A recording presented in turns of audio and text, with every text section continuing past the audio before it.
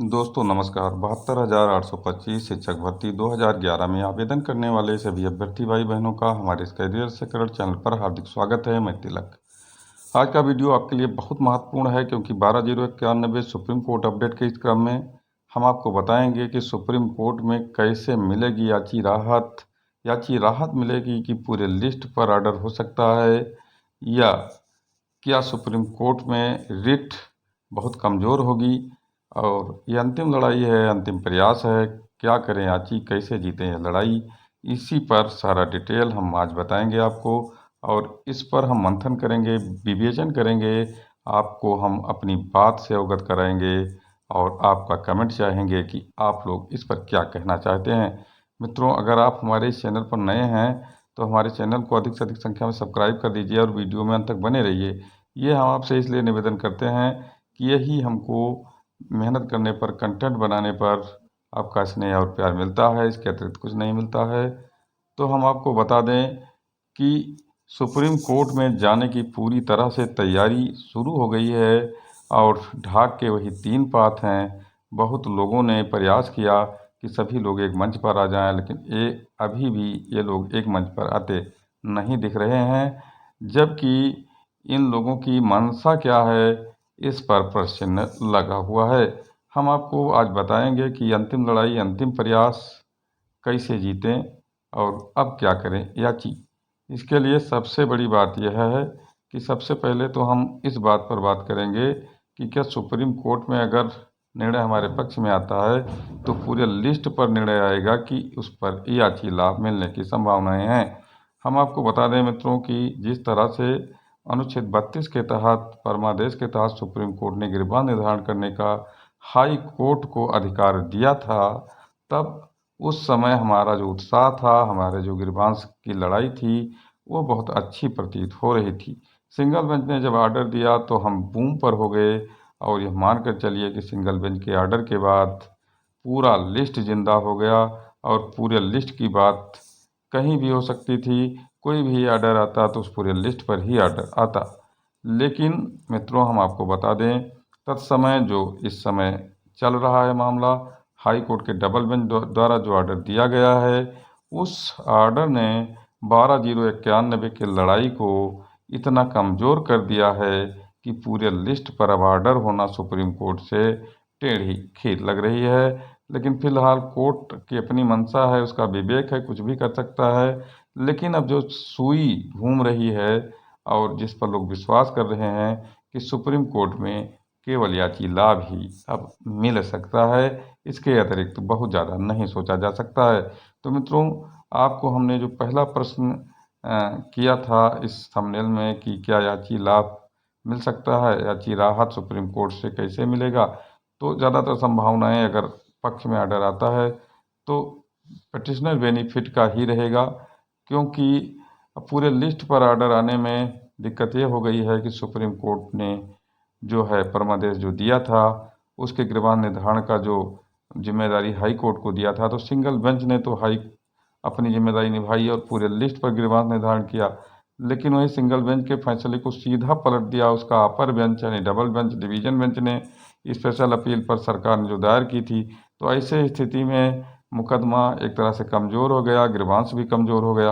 अब पुनः supreme court को निर्णय करना है कि डबल बेंच के फैसले को बहाल किया जाए, कि सिंगल बेंच के फैसले पर थोड़ा सा मॉडिफिकेशन करके जो हमारे इस कोर्ट में आए हैं और न्याय मांग रहे हैं, उन्हें मर्सी के आधार पर पटिशनर बेनिफिट दे दिया जाए। इसी पर पूरी तरह से कोर्ट का जो लड़ाई है वो निश्चित रहेगा और इसी पर केंद्रित रहेगा। तो मित्रों, यह था तो पटिशनर बेनिफिट की बात। याची लाभ आपको सुप्रीम कोर्ट से मिल सकता है, इसमें कोई दो राय नहीं। अब प्रश्न ये उठता है कि अंतिम लड़ाई, अंतिम प्रयास कैसे जीता जाए। तो इस पर कुछ बातें हैं, कुछ सुझाव हैं, आप लोग कैसे कर सकते हैं, तो हम इस बात को भी बताते हैं।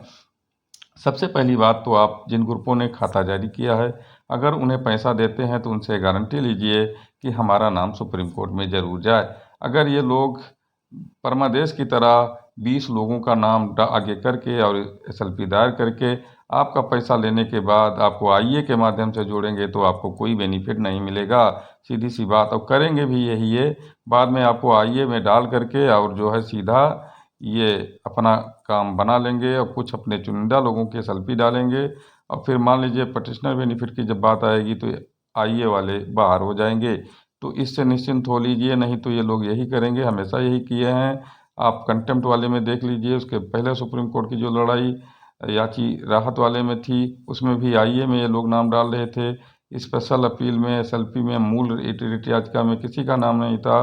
तो वही प्रक्रिया ये दोहराएंगे और इत्सरी कर लेंगे, किसी तरह से 40-50-100 लोगों को ये न्याय दिलाएंगे। बाकी सब लोग पैसा देकर अपने घर बैठ करके हाथ मलते रहेंगे। तो सबसे पहले ये निश्चित आप कर लीजिए कि जो जिसे आप भी पैसा दे रहे हैं आपका SLP में नाम होगा कि नहीं होगा।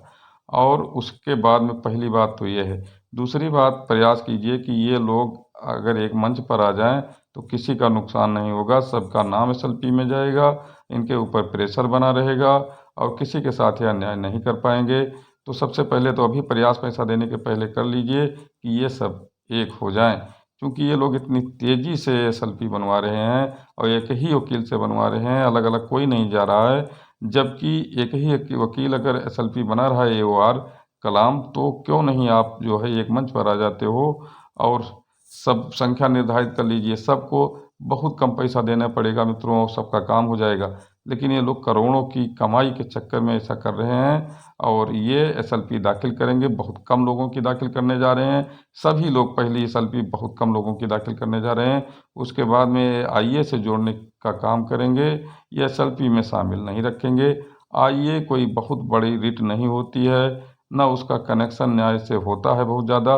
कहीं कहीं आईए पर जो है सरकार जब आईए उस पर ऑर्डर होता है तो आईए वालों को बाहर कर देती है कि आईए वाले इसमें मूड रिट में शामिल नहीं है, इसलिए हम न्याय नहीं देंगे। तो मित्रों ये सारी चीज़ें रहती हैं। मैं एक तरह से आईए की स्थिति जानता हूँ, क्योंकि एक मुकदमे में हम लोगों ने आईए डाला था।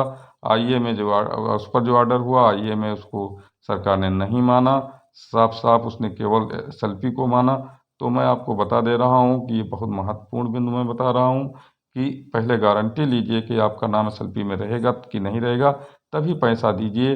अंधभक्ति में पैसा देने की कोई ज़रूरत नहीं है। और दूसरी बात, आप पैसा इसलिए जल्दी दे देते हो कि आप अपने घर बैठ करके और केवल खबर जानना चाहते हो कि सुप्रीम कोर्ट में क्या हो रहा है, हमारा क्या हो रहा है। तो ये सब करने से आपका भला नहीं होने वाला है, क्योंकि पैसा वो ले लेंगे, उसके बाद वो जो चाहेंगे वहाँ वही करेंगे।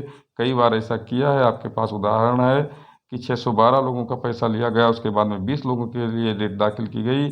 आप लोग जान रहे हो, इसके पहले भी सुप्रीम कोर्ट में ऐसा हुआ है। क्योंकि हाई कोर्ट में सब नज़दीक से सब जा सकते थे, इसलिए ये नहीं कर पाए मित्रों। ये था आप सुझाव। धन्यवाद।